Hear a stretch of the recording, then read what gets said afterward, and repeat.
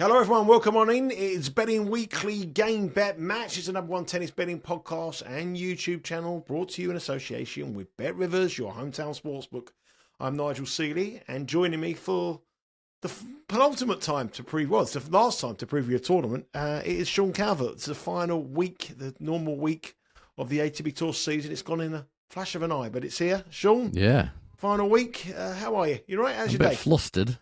I've just got back from Southend United against Charlton Athletic in the FA Cup. Took my little boy and he's one of his mates, so I was just kind of. I'm all right when I'm taking Lagan places, but when I've got sole responsibility as someone else's child, it's a bit. You're always a bit nervy. You're kind of always, is he all right? Is he, all that. And it went to. I didn't know this was a thing, by the way, because I'm old school. As far as I'm concerned, when it's a draw in the FA Cup, it's a replay. Apparently not anymore. Not this season. Not this season. New season. I got up 3-3. Time pens. I got up. I was going right. Let's go. Should we go? And then everyone else was sat down. So yeah, they played extra time and they almost played penalties. Charlton scored in about the 100-somethingth minute of extra time, like about a minute before penalties. So it would have been even later if it had gone to penalties. So yeah, walked in through the door. The prices are all over the place, and we're not sure what's going on. But apart from that, I'm all right. Yeah. Yeah, just to let you know, everybody, it's a strange time we're coming to you with the preview of the last two regular tournaments of the season, and that is because there is a Sunday start this week. Now, we usually go through the draws, we usually go through the outright markets. There's two tournaments, obviously, one in Metz and one in Belgrade. We'll go through the draw and we'll try to sort of steer in the direction of the stats and also the court conditions if we know what's going to happen here. But the problem we have here is that there's a lot of players playing at the moment. Hugo Humbert just got to the final in Paris. He's due to play in Metz as well. And there is no tournament winner prices just yet with Bet Rivers. And it's very hard to price up because nobody really knows what the field is going to be, whether it's going to be strong, whether it's going to be weak, whether there's going to be withdrawals. So we're really, really, it's the last week of the season. We wanted to go have a bit of a high and try to find some value on the draw. But unfortunately, the way the situation is here at the moment, we're going to give you a podcast here. We're going to go through the draw. We're going to talk about the trends, but we can't give a tip on the outright market. And we're going to concentrate on 4 matches for tomorrow. So we have 4 matches tomorrow and on the over the tournament. But remember, it's an early start. So that's one of the reasons why we have to come here to you today, because tomorrow it'll be all over. So we have to start now on a Saturday night. So a bit of a strange time. Bear with us. And if Sean has any picks on the outright market, I'm sure he'll post it on the app Because We Win Twitter page, so make sure you follow that as well. So that's a little bit brief there. Let's start with the tournament in Metz, Sean. Yeah. Obviously, it's Hugo Humbert's home tournament. He's a defending champion here. He's scheduled to be in the draw. He's in the final of Paris playing some of the best. I don't want to talk about him. Well, he's a curse for both of us. I've never backed him again. I've never done anything about it. And we tipped him up last week, and now he's in the final 150 to 1.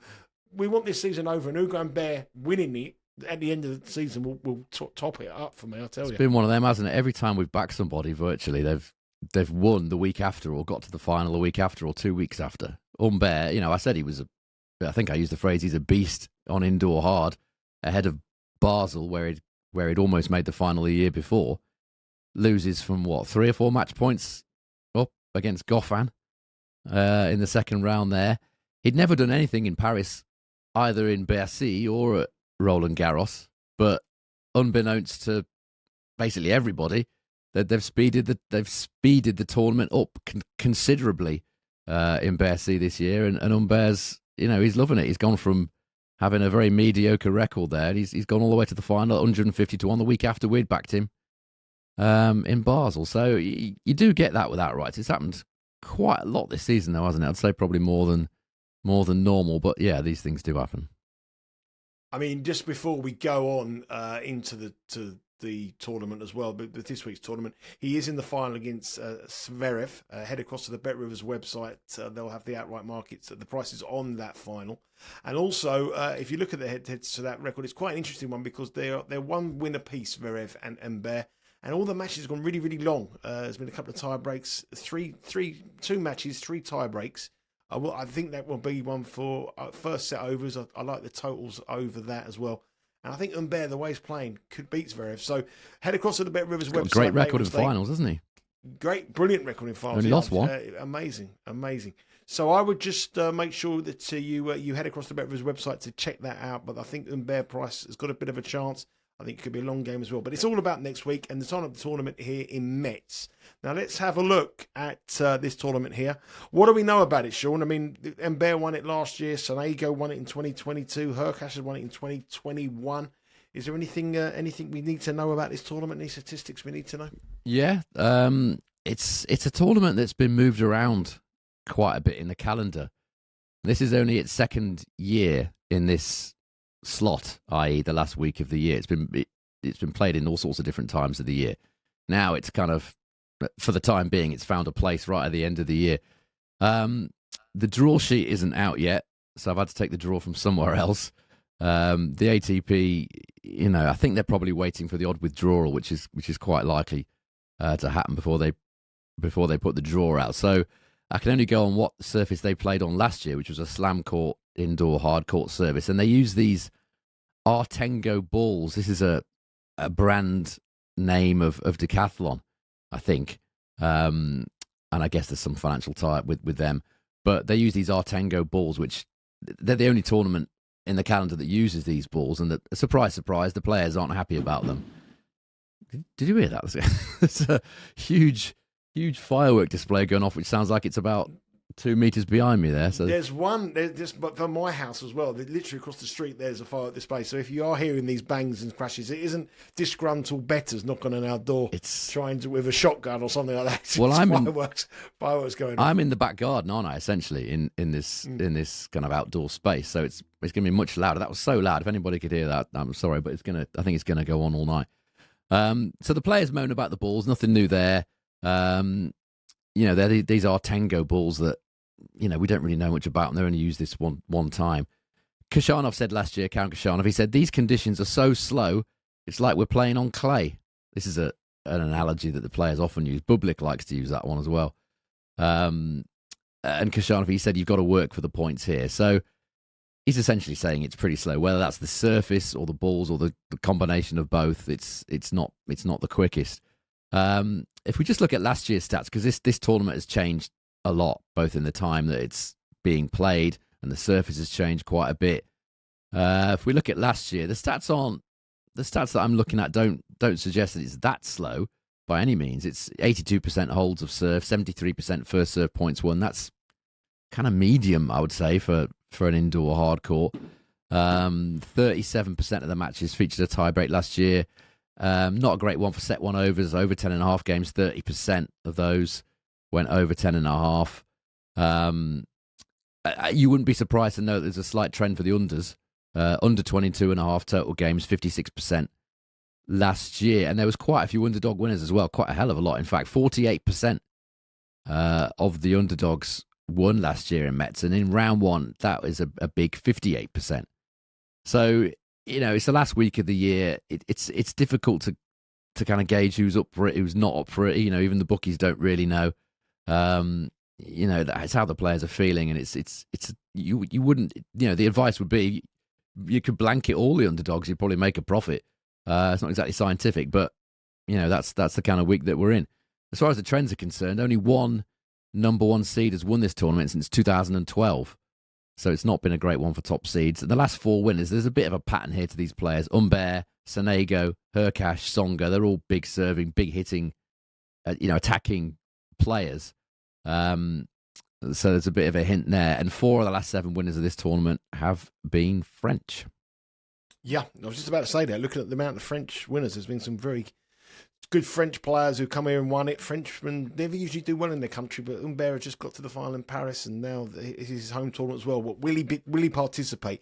The interesting thing on the week, though, is the really talking point is the race for Turin. I know it's something that you don't really factor into prices, but I'm sure when the lines come out and when the bookies put the price out, when Bet Rivers put the price out, the bettors will be all over those players who have that race. And there's currently 3 players in the race who are separated by 135 ranking points. Casper Ruud is 7th, Diminor is 8th, and Rublev is 9th in the race for Turin. And there is only 25 points between Diminor and Rublev. So it's going to whoever finishes higher this week, probably over Rublev or Diminor, who finishes further in the tournament, will probably make their way through to Turin. And I'm sure that is going to be factored in to the betting and also the way of the bettors' minds here, because those three players are going to be hugely motivated.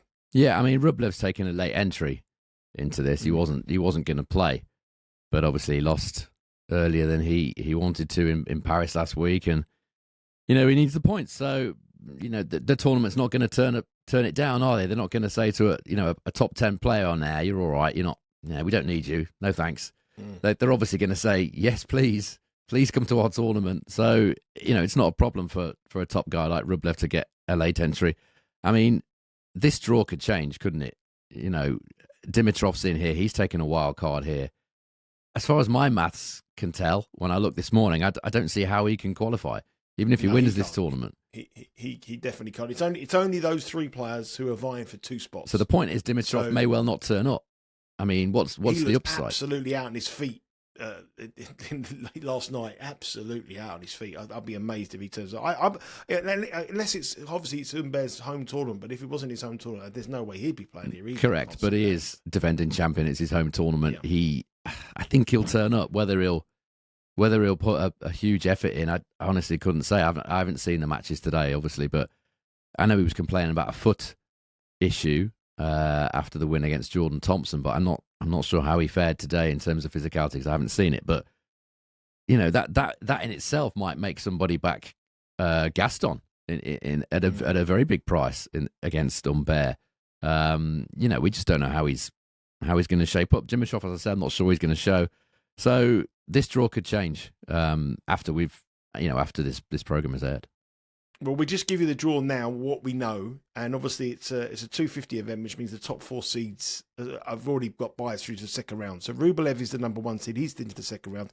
Dimitrov is the number 3 seed; he's in the top half of the draw with Rublev. He's got a bye. Holger Rune is in the bottom half, number 4, and Casper Ruud. Obviously, Ruud and Rublev need the points; they need to go deep. The number 1 and 2 seeds. If it goes to the way of the seedings, the quarterfinals will be Rublev v Struff. It'll be Dimitrov with Humbert, Michelsen against Rune, Martinez against Ruud. Now, we can't really give you any outright prices because of the way that this tournament is set up at the moment. We don't know the players who are going to compete. We don't know the late withdrawals. And obviously, there's no odds. So when we do have an opinion, I'm sure Sean will be on the Twitter account giving some of the outright picks. But unfortunately, for the last regular tournament of the season, we will not have any outright picks, unfortunately, on that. But we do, however, have a couple of match bets that Sean wants to discuss. And our first match we are looking at is the match between Alex Michelsen and Harold Mayot. Now, Michelsen here is a heavy favourite. He's -$3. Mayot is +225. And as you can see, we still haven't got a lot of the prop markets yet. Only the total we have there with over an underdog at -110, under the favourite of 22.5, the line at -125. These two have never played before. Michelsen has come through a big week in Paris. Mayot got beat by Bergs in Paris, and Michelsen beat Hurkacz, our tip, in round 1. Then he got beat by a Frenchman, Rinderknecht. Money in the early flurries has been for Michelsen, which does surprise me, because Mayot has got a much better record indoors this year. He's played a lot of indoors tennis, not the high standard, but a lot of indoor tennis, and he's 15-9 on the year compared to Michelsen, who's 2-3 on the indoor service. How do you see this one going, Sean? I think this is just about motivation, to be honest, and it's the home player, Harold Mayot. That should have a T on the end of it, by the way, on that caption. Yep. It is pronounced Mayo. I do know that, but it certainly should have a T on the end. But anyway, he's from Metz. He's a home player like Ugo Humbert. So the motivation for him has got to be huge, you would think. And is it for Michelsen? He's an American young lad, played a lot of tennis this year. It's the first year he's played almost exclusively on the main tour. Played a lot of very, very tough tennis. It's been a thing in the past, hasn't it, where some of the American players, particularly because they're so far away from home, they just want this season to end and they just want to go, whether that's on holiday or back home or whatever.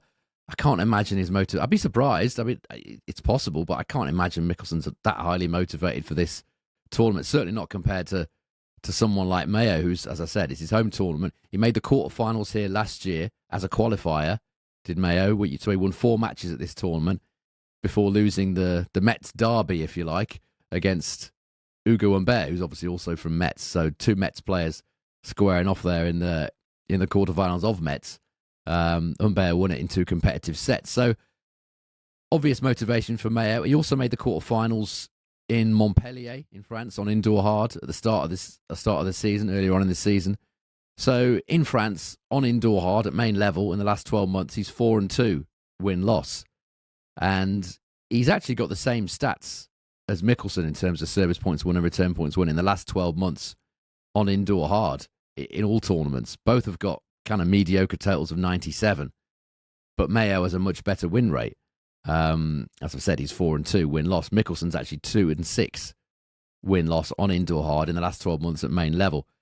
And you would expect Michelsen to be a bigger server, win more first serve points than Mayot, but it's not the case. They've both got exactly the same number of first serve points on indoor hard in the last 12 months at main level. So there's been no advantage for Michelsen. So for me, this is a sort of a fairly obvious bet, if you like, for the last week of the season. A guy who's playing in his home tournament, highly motivated against an opponent that you would normally expect to beat him in normal conditions in a sort of neutral tournament earlier in the year. But this is the last week of the season. I'm happy to take what's it, plus 225 on Mayot. Yeah. I think that's definitely worth a bet. Yeah, it'll certainly be my things going off again here.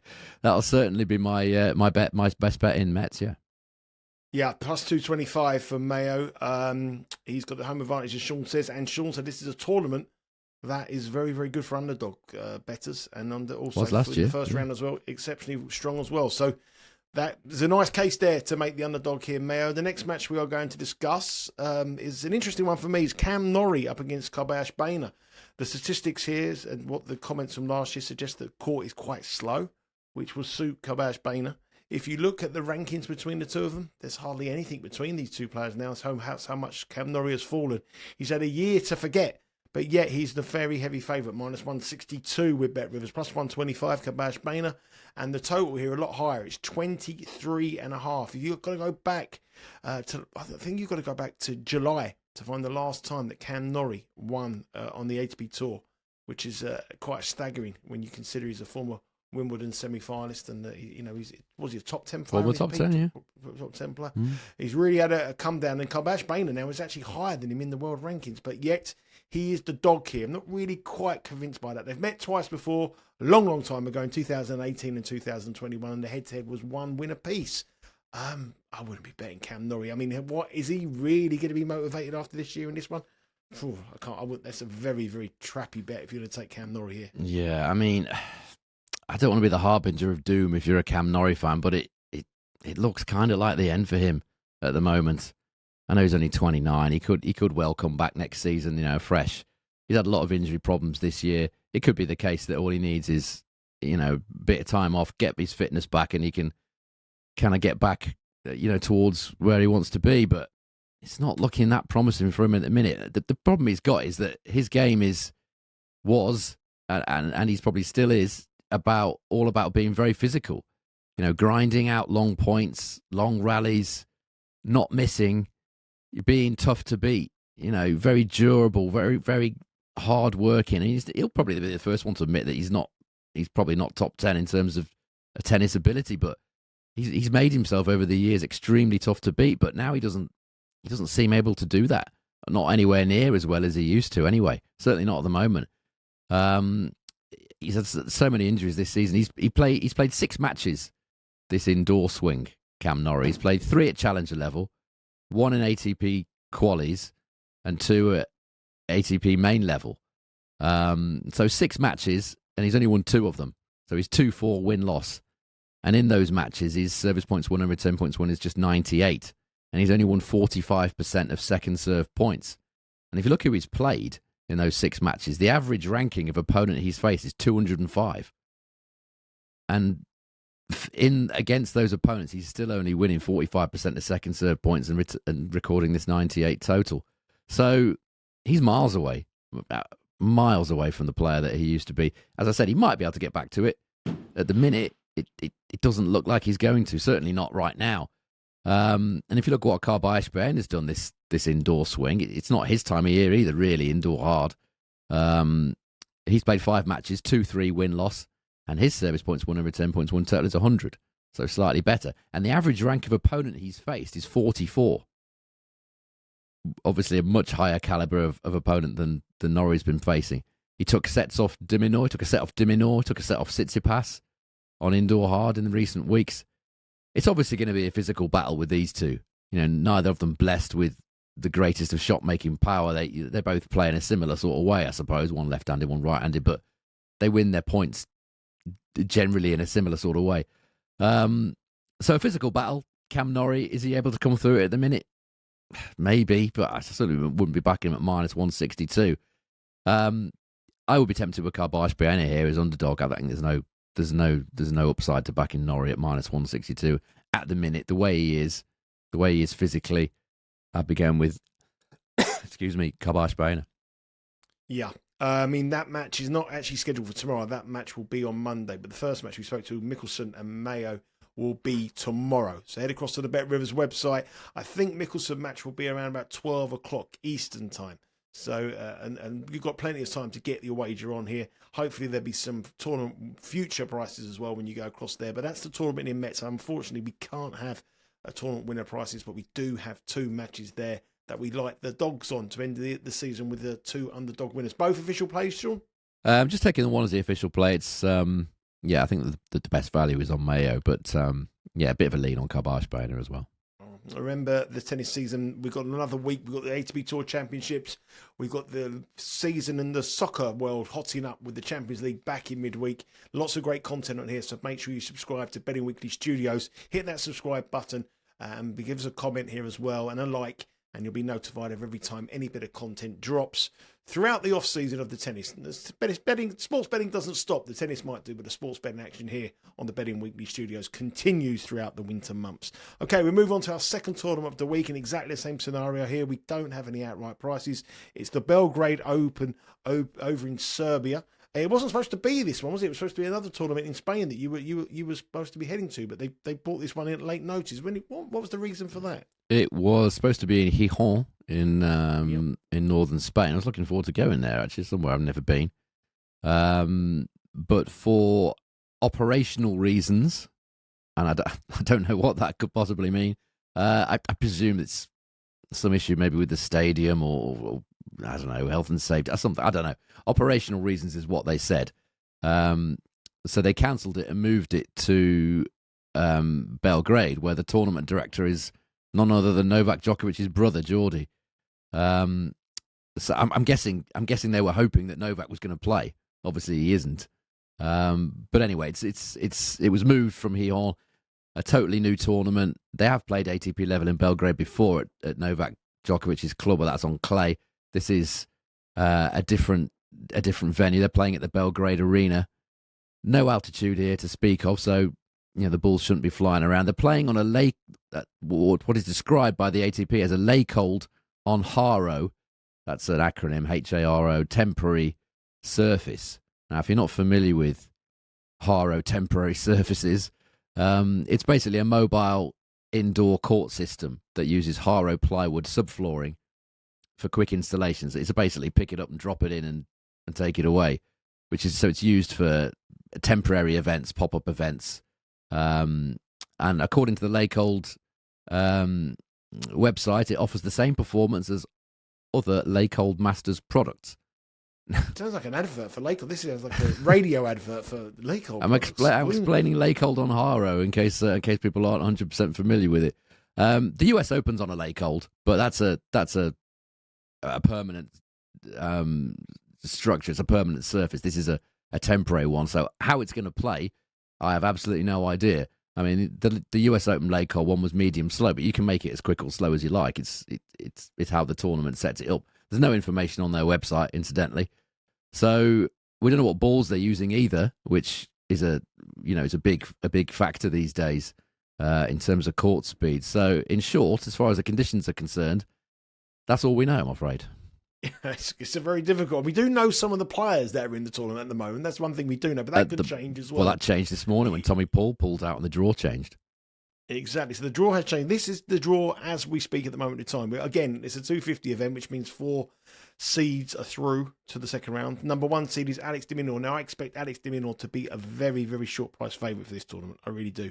Because there isn't really much in the tournament. And he is obviously in 8th place, which needs to protect the points. He needs to do better than Casper Ruud and Andrei Rublev to make sure he gets into the Touring what tournament, the ATP Tour Championship. There's a problem with that, though, isn't there?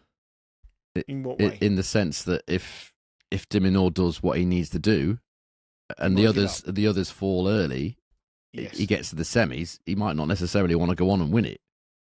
Yes, but he will be short price favourite. Yeah. But then we will be fading him once he's achieved that, whoever he plays in the semi-finals or quarterfinals. But pre-tournament, he's going to be a very, very short price favourite. That's going to be factored into the price. I mean, I wouldn't like to guess what price he would be, but I think he's going to be something like plus 120 or something. Yeah, I would say, something of that order, yeah. But there's no guarantee that he's going to want to go on and win it once he's done what he needs to do, if that happens to be the case.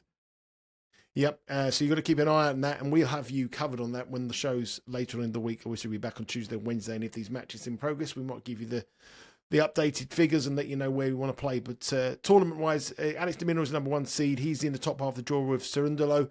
In the bottom half of the draw is Lehecka, and now Borges has got in there as well. So there might be some each-way value here in the bottom half of the draw away from that top half. If you look at the seedings, if he goes to the seedings, it's going to be de Minaur against Navoni, Cerundolo and Nakashima, Echeverry against Lehecka, Tarderi against Borges. So it's not the greatest of strength tournament here, and I would expect de Minaur to start a favourite. But again, we have 2 matches that we like. Remember, the matches start again tomorrow on Sunday, hence the reason why we're here. The first one is a pick and match with the bookies. Bet Rivers cannot split them. Laslo Djere, the Serbian, he's up against Stanislas Wawrinka, the veteran. It is minus 110 the pair, 23.5 is the total. They have met twice before, both wins for Wawrinka back in 2022. But obviously, the home factor has been factored into this for Djere. And Wawrinka's playing some good stuff. I know he's 39 years of age, but he's playing some good stuff. He's got to the last 16 of Basel. We got beat by Shelton. Got to the semi-finals of Stockholm, where he got beat by Tommy Paul. So playing good stuff, and it's a pick and match here. I know you like an angle in this match. Yeah, I think too much emphasis is being placed on home advantage here. Wawrinka's beaten Djere twice, as you said, as underdog on both occasions, incidentally. On indoor hard in Metz, he was a plus 115 chance, 2.15 in decimal, underdog. On the clay of Rome, he was a plus 205 shot, 3.05 in decimal. So a decent underdog on both occasions. And if you look at the head-to-head of those 2 meetings, overwhelming in favour of Wawrinka in terms of the service points won and return points won totals.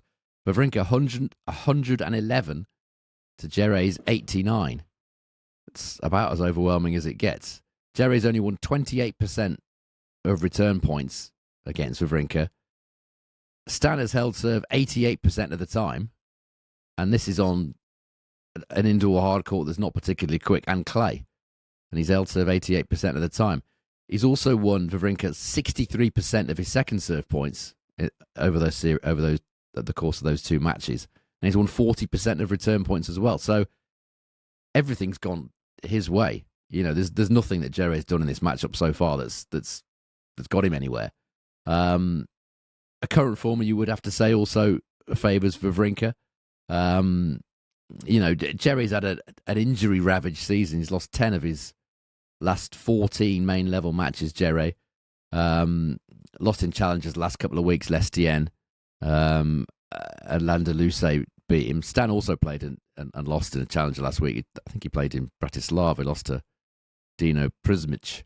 But I think he's a different player at main level. I think challenges for him. I think that's just to keep his eye in, so to speak. Probably didn't want to stop and have a week off at this late stage of the season. Again, if you look at their last 10 main level matches, each on indoor hard, Djere, anyone that's seen him play over the years, he's generally a clay man. He's improved on hard courts in recent years, but clay is probably his best surface.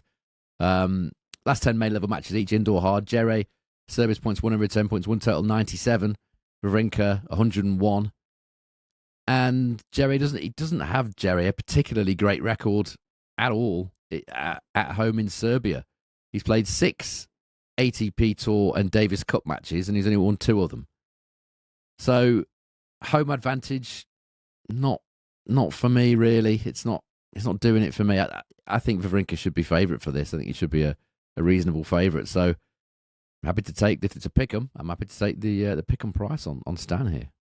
Yeah, Stan Wawrinka, rolling back the years with some of his form. -110. Great stats there from Sean about Laslo Djere. Obviously, everyone thinks when you're at home advantage, you know, but there's a pressure over it as well. Sometimes it works for you, sometimes it doesn't work for you. So, fading the home guy, Laslo Djere here against Stanislas Wawrinka. And we're taking Wawrinka at -110 with Bet Rivers. Check out the times that these matches start. The order of play is not yet known. And remember, if you do place a bet on the Bet Rivers website or the app, you'll be able to bet live and watch live. Watch the match from the comfort of your own home on your tablet or whichever device you use. Okay, let's move on to our final match for tomorrow.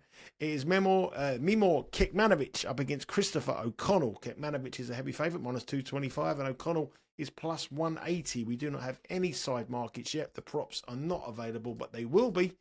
Probably by the time this drops, you'll be able to go to the Bet Rivers and get those prop markets here. If you look at this match here, I mean, the money in the build-up to this match, since we opened, has come for Kecmanovic. And if you look at the head-to-head, it's 1 win apiece, 6-4, 6-4 back in 2023 in Adelaide. But O'Connell's in poor form. He's only won 1 match, and a qualification match in Paris, and he hasn't won a main event since back in Tokyo. Not in great form. I think he's lost 6 of his last 7 or 7 of his last 8, O'Connell. But, you know, this is the end of the season. Strange things happen. He was very unlucky last week, Christopher O'Connell. Very unlucky to lose in Bercy to what is obviously a very much in form Karen Khachanov. O'Connell won 6 more points in the match than Khachanov did. He won 3% more first serve points, 8% more second serve points, but managed to lose the match from a breakup in the final set. He also had the first match point, incidentally, in the deciding final set tiebreak as well. So you could certainly consider, if you're O'Connell, you've walked off that court with a loss, you can consider yourself very unlucky against a player, as I said, who's in very good form in Khachanov. I just think these odds are very, very short on Kecmanovic. I think this is another one similar to Djere, where they've just looked at it and said, well, he's Serbian, he's playing at home. You know, he's obviously highly motivated. Let's make him really short, because there's nothing statistically to suggest he should be this short. If we look at this current season, 2024, main level on all hard courts, that's indoor and outdoor, Kecmanovic, just a 44% win rate and a service points won and return points won total of 100 and a hold and break total of 99. O'Connell, 50% win rate, service points won and return points won total of 99 and also a 99 hold and break total. So virtually nothing in it at all in terms of this season's statistics on hard courts. I mean, Kecmanovic, he's another one. You don't like him much, do you, Kecmanovic? No. You're not a fan. He's mechanical. He's very boring to watch. He's very mechanical. I think he's just a steady Eddie sort of. Just someone that doesn't do anything to excite me. No, he doesn't look like he enjoys any of it as well. He always looks pretty sour about things, even when he's winning. Just doesn't look happy. I don't know. This is a stretch here. I'm stretching a point quite considerably, but he was an extremely good junior, Kecmanovic. He won a lot as a junior, and he is a great ball striker. Technically, he's a very good player off both wings. His serve perhaps isn't that great, but his ball striking is fabulous. I always think he looks annoyed that he's not doing better at main level than he thinks he should, having been a real top junior. And mentally, definitely not strong enough. That's his real weak point. He gets down on himself too easily, and the shoulders gone, and the world's against him, and all this sort of. So kind of like Van der Zandschulp, really. He's that sort of vibe. And if we look at what he's done in the last 12 months against opponents ranked between 50 and 80 in the world, which is essentially where O'Connell is, Kecmanovic has only won 50% of his matches against those players in the last 12 months, and yet we're expected to back him at around about -233, which is an implied probability of 70%. The bookies are saying there's a 70% chance of Kecmanovic winning this match. That's clearly not been the case. He's only won half of his matches against this rank of player in the last 12 months. even their head-to-head, it was the one match. It was, like, I wouldn't say smash and grab exactly, but Kecmanovic took, he probably deserved it. He took 3 of his 5 breakpoint chances that day, Kecmanovic. O'Connell went 1 from 6. So it's just too short. It's way too short. Minus 225. It's not a real representation of the abilities of these two and the results that they've had and all the rest of it. So I'll be looking at O'Connell here. It's a bit of a lean for O'Connell at that price. Plus 180, I think that's a little bit too big. Yeah, plus 180 is the price. What's the record on underdogs? We haven't got no record this No tournament. tournament, No, is it someone? We've got nothing. But you would think the last tournament of the year that betting underdogs blind, you should. It worked in Metz last year. I would have thought if your strategy to come in here and bet all the underdogs, I don't think you're going to leave it behind in this tournament. You wouldn't in Metz last year, that's for sure. It's difficult, this, because we don't know the conditions.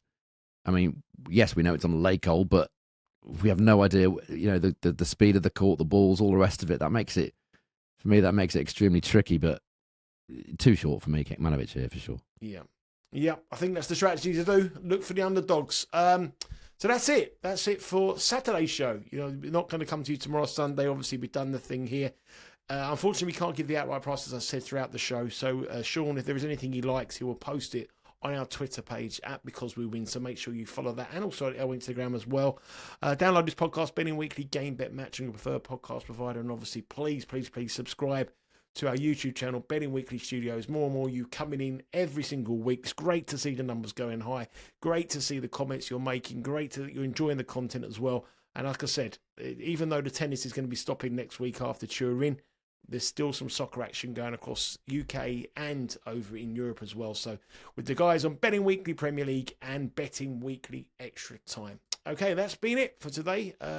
Bit of a shame we couldn't give you a bit more in depth from the tournament, but obviously the draws are going on. The tournament starting on Saturday is a ludicrous decision. I mean, it's another crazy decision on the ATP Tour, but it is what it is. Hopefully we can cash some tickets on the outright markets. Excuse all those bangs. There's another one just gone off there. Yeah, fireworks. I don't know if it's you or me. There's fireworks going off galore. But anyway, thanks very much for your time, Sean. Take care, mate. Nice day tomorrow. You going to watch the boy play football tomorrow? He's got some football action. He's got a nice 9:30 a.m. start tomorrow morning, so that'll be interesting, yeah. So watch that as well. So remember 11 o'clock Eastern time every day, Betting Weekly live. One of the handicapping team will be on there giving you the best bets for that particular day, Monday to Friday, as well as the market moves from the Bet Rivers headquarters. And finally, our newsletter will be coming out this week. So make sure you subscribe to the newsletter on bettingweeklystudios.com. Put your email address in there and we will send you extra content from some of the Betting Weekly Studios and the Because We Win team. That's it. Take care. All the very best. Good luck with your bets this weekend. And the underdogs, keep an eye on them in these last 2 tournaments in the ATP Tour.